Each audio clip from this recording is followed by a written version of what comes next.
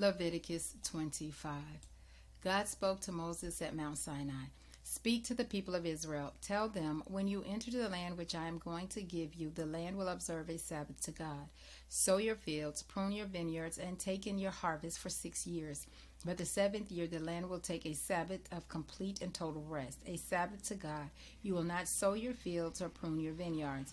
Don't reap what grows of itself. Don't harvest the grapes of your vineyard untended vines. The land gets a year of complete and total rest. But you can eat from what the land volunteers during the Sabbath year. You and your men and women, servants, your hired hands, and the foreigners who live in the country. And of course, also your livestock and the wild animals in the land can eat from it. Whatever the land volunteers of itself can be eaten. Count off 7 Sabbaths of years, 7 times 7 years. 7 Sabbaths of years adds up to 49 years. Then sound loud blasts on the ram's horn on the 10th day of the 7th month, the day of atonement. Sound the ram's horn all over the land. Sanctify the 50th year, make it a holy year. Proclaim freedom all over the land to everyone who lives in it. A jubilee for you. Each person will go back to his family's property and reunite with his extended family. The 50th year is your jubilee year. Don't sow, don't reap what volunteers itself in the fields. Don't harvest the untended vines, because it's the jubilee of a holy year for you. You're permitted to eat from whatever volunteers itself in the fields. In this year of jubilee, everyone returns home to his family property. If you sell or buy property from one of your countrymen, don't cheat him. Calculate the purchase price on the basis of the number of years since the Jubilee. He is obliged to set the sale price on the basis of the number of harvests remaining until the next Jubilee. The more years left, the more money. You can raise the price, but the fewer years left, the less money. Decrease the price. What you are buying and selling, in fact, is the number of crops you're going to harvest. Don't cheat each other. Fear your God. I am God, your God. Keep my decrees and observe my laws, and you will live secure in the land. The land will yield its fruit, and you will have all you can eat and will live safe and secure. Do I hear, you ask? What are we going to eat in the 7th year if we don't plant or harvest? I assure you, I'll send such a blessing in the 6th year that the land will yield enough for 3 years. While you plant in the 8th year, you will eat from the old crop and continue until the harvest of the 9th year comes in. The land cannot be sold permanently because the land is mine and you are foreigners. You're my tenants. You must provide for the right of redemption for any of the land that you own. If one of your brothers becomes poor and has to sell any of his land, his nearest relative is to come and buy back what his brother sold. If a man has no one to redeem it, but he later prospers and earns enough for its redemption, he is to calculate the value since he sold it and refund the balance to the man to whom he sold it. He can then go back to his own land.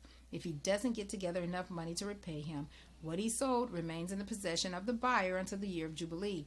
In the Jubilee, it will be returned, and he can go back and live on his land. If a man sells a house in a walled city, he retains the right to buy it back for a full year after the sale. At any time during that year, he can redeem it.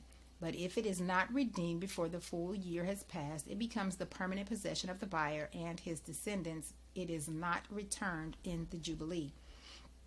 However, houses in unwalled villages are treated the same as fields. They can be redeemed and have to be returned at the Jubilee. As to the Levitical cities, houses in the cities owned by the Levites are always subject to redemption. Levitical property is always redeemable if it is sold in a town that they hold and reverts to them in the Jubilee, because the house of the towns of the Levites are their property among the people of Israel.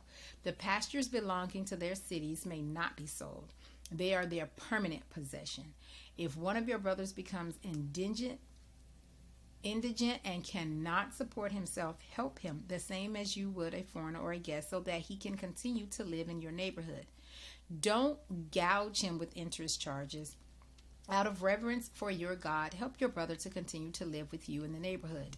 Don't take advantage of his plight by running up big interest charges on his loans, and don't give him food for profit.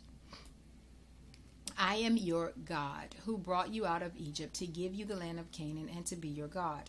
If one of your brothers becomes indigent and has to sell himself to you, don't make him work as a slave.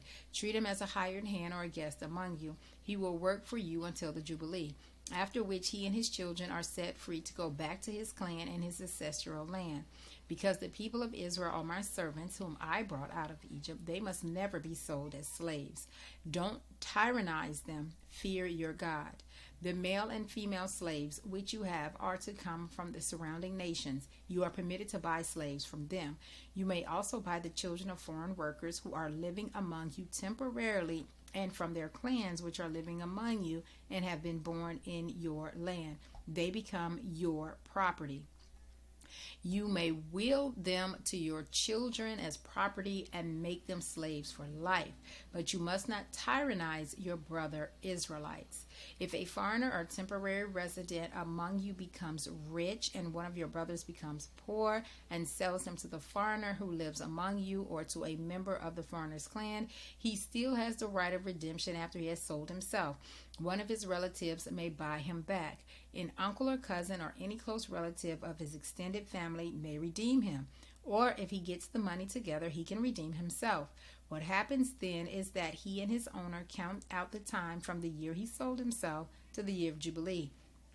The buyback price is set according to the wages of a hired hand for that number of years. If many years remain before the Jubilee, he must pay back a larger share of his purchase price. But if only a few years remain until the Jubilee, he is to calculate his redemption price accordingly. He is to be treated as a man hired from year to year. You must make sure that his owner does not tyrannize him.